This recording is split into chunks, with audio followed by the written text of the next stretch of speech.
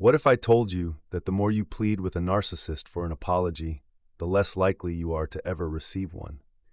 In fact, the very thing you believe will make them apologize is often the exact thing pushing them further away from taking responsibility.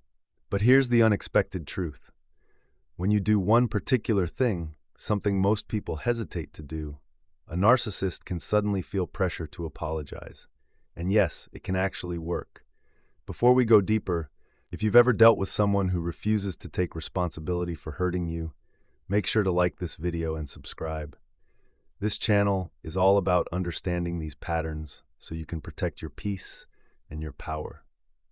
One of the most important things to understand about narcissistic behavior is that apologies are extremely uncommon. And the reason has very little to do with you and almost everything to do with their fragile inner world.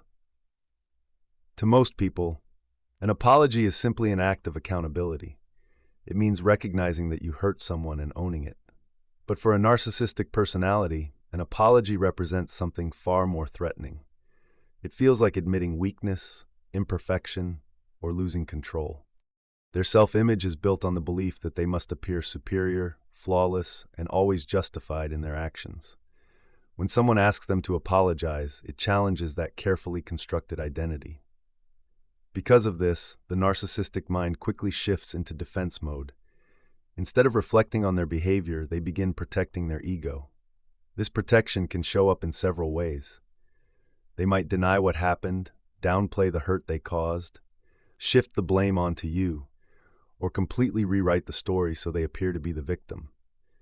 In many cases, they genuinely convince themselves that they did nothing wrong because accepting responsibility would force them to face feelings of shame they are not equipped to handle. Another reason apologies feel risky to them is that accountability threatens their sense of control.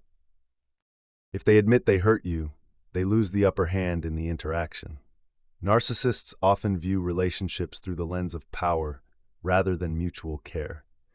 An apology in their mind can feel like surrendering that power.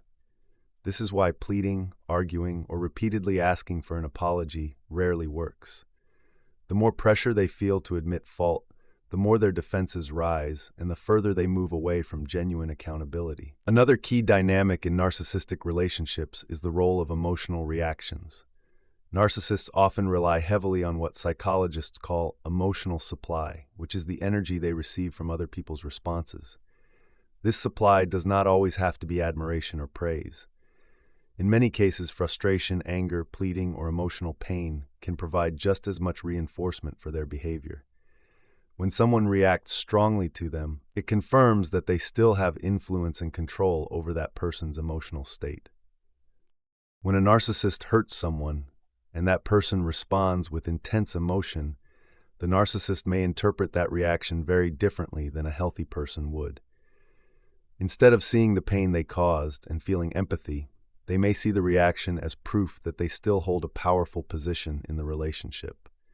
The more someone tries to explain their hurt, argue their case, or demand fairness, the more attention and emotional energy the narcissist receives. That attention keeps the dynamic alive. Over time, this pattern can create a cycle where the narcissist provokes, dismisses, or minimizes harm, and the other person reacts by trying even harder to be heard. Unfortunately, those efforts often strengthen the very behavior they are trying to stop. The narcissist becomes used to the emotional engagement and begins to expect it. This is why many people feel stuck in endless conversations where they try to explain their feelings again and again, yet nothing changes. The narcissist is not necessarily seeking resolution or understanding. What keeps them engaged is the emotional intensity of the interaction itself, because it reassures them that they still hold psychological influence in the relationship. One of the most powerful shifts that can occur in a relationship with a narcissistic person is the moment emotional detachment begins to replace emotional pursuit. Narcissists tend to rely on what is often called narcissistic supply, which includes attention, emotional reactions, admiration, and even conflict. This supply fuels their sense of importance and control. When someone is deeply engaged, arguing, explaining, defending themselves, or trying to get an apology, the narcissist continues to receive that emotional energy.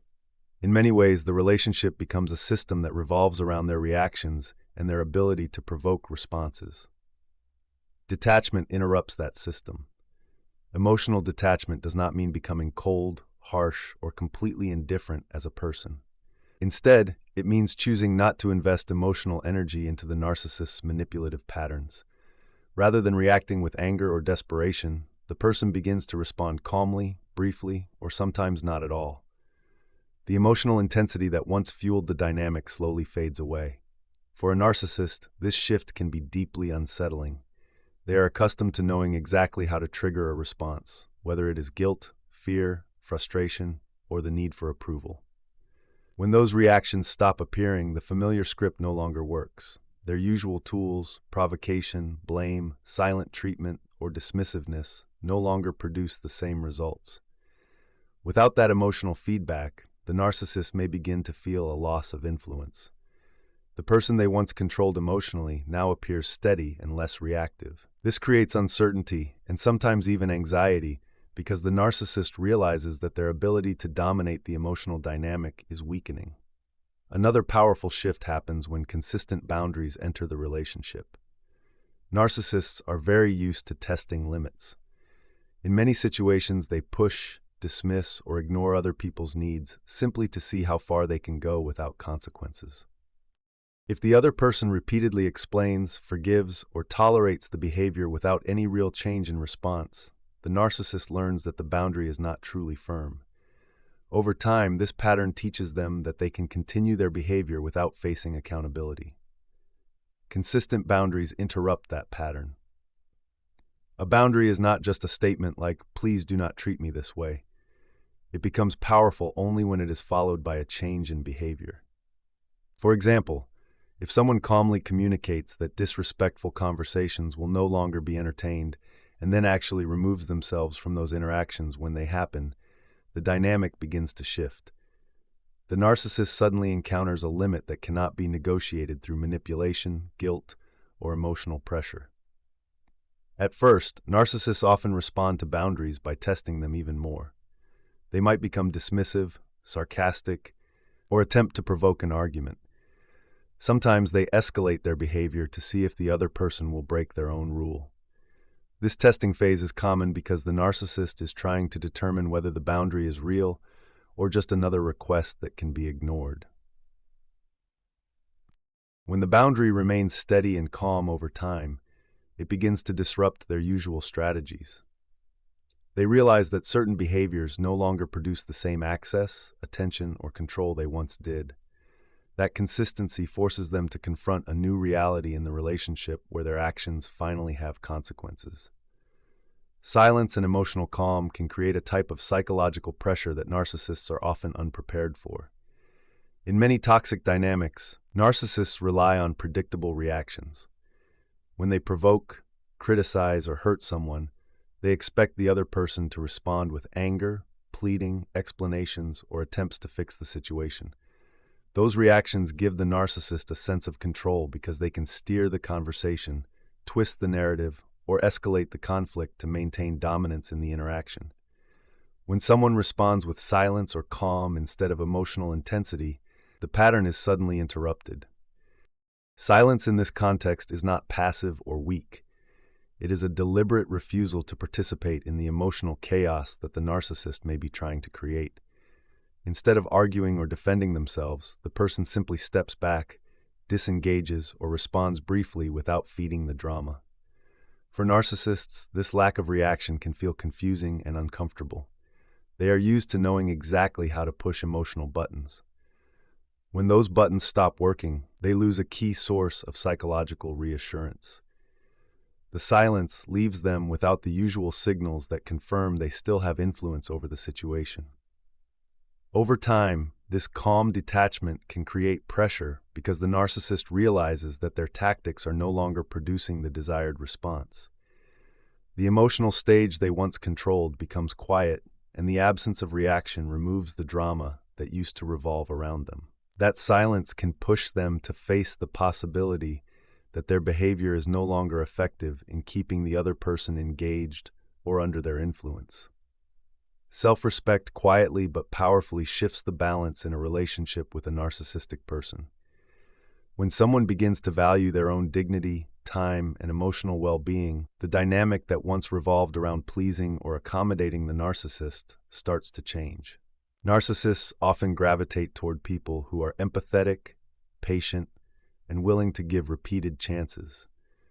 While those qualities are not weaknesses, they can unfortunately be taken advantage of when the narcissist learns that the other person will keep tolerating harmful behavior in the hope that things will eventually improve. When self-respect becomes the guiding principle, the person stops negotiating their own worth. They no longer feel the need to constantly prove their feelings, justify their boundaries, or chase validation from someone who repeatedly dismisses them. Instead of asking for basic respect again and again, they begin to expect it as a standard requirement for staying in the relationship. This internal shift is often subtle at first, but it changes the energy of every interaction. A narcissist is very sensitive to shifts in power and attention. When someone begins to carry themselves with calm, confidence, and self-assurance, the narcissist notices that the usual leverage they once had is fading. The person who once chased approval now appears less dependent on it. They become more selective about what behavior they tolerate and more comfortable stepping away from situations that feel disrespectful. This shift can be unsettling for the narcissist because their influence relied heavily on the other person's need for validation or harmony.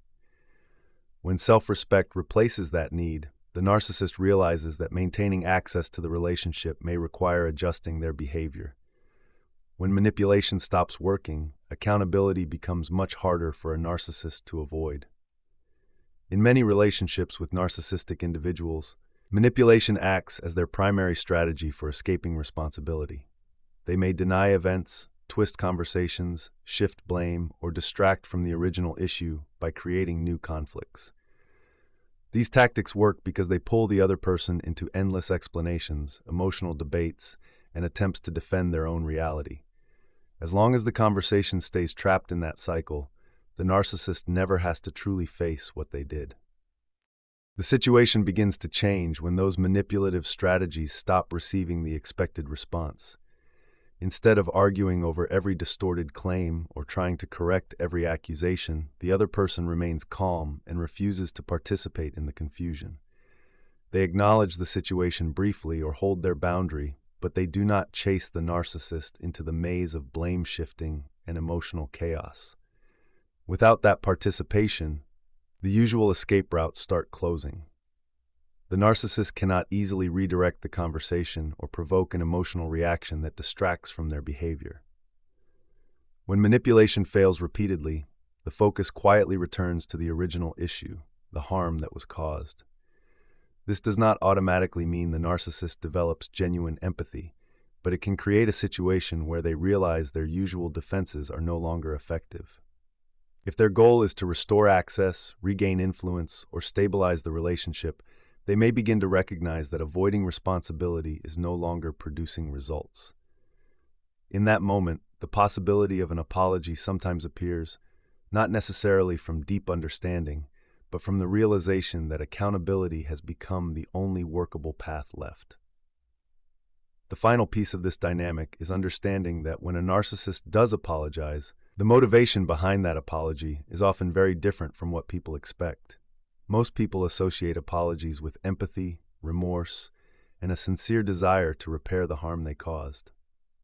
In healthy relationships, a person apologizes because they recognize the pain they created and genuinely care about making things right. With narcissistic personalities, however, apologies are frequently driven by something else, the fear of losing control or access to the relationship. Narcissists tend to focus heavily on maintaining influence. When their usual patterns stop working, when emotional reactions fade, boundaries remain firm, and the other person no longer chases their approval, the narcissist begins to sense a loss of control. The relationship is no longer operating on their terms. The attention and emotional energy they once received so easily is now limited or completely withdrawn. This shift can create discomfort and even anxiety because it threatens the narcissist's sense of importance. They may begin to realize that if nothing changes, the other person could distance themselves permanently or move forward with their life. At that point, an apology can appear as a strategic move to reopen the connection. It is important to understand that this apology may not come from deep emotional reflection. Instead, it often emerges from the recognition that their behavior is costing them something they value: attention, admiration, or influence. In that moment, saying "I'm sorry" can become a way to regain access, restore the relationship, or re-establish the dynamic that once worked in their favor. In conclusion, getting a narcissist to apologize is less about convincing them with words and more about changing the emotional environment they depend on. Pleading, begging, or arguing rarely works because apologies threaten their fragile sense of self. What actually shifts the dynamic is calm detachment, consistent boundaries, and steady self-respect. By refusing to feed their emotional supply, by stepping back instead of reacting, and by maintaining your dignity, you create a situation where the narcissist can no longer rely on manipulation to maintain control. Over time, the combination of detachment, accountability, and firmness often pushes them to apologize, not necessarily from genuine remorse, but because the usual strategies they depend on stop working. The power of this approach lies in reclaiming your own emotional energy and creating conditions where an apology becomes not just possible, but more likely. It is not about forcing change in them. It is about creating the right environment for accountability to emerge. In the end, your peace, clarity, and self-respect are what truly drive the transformation.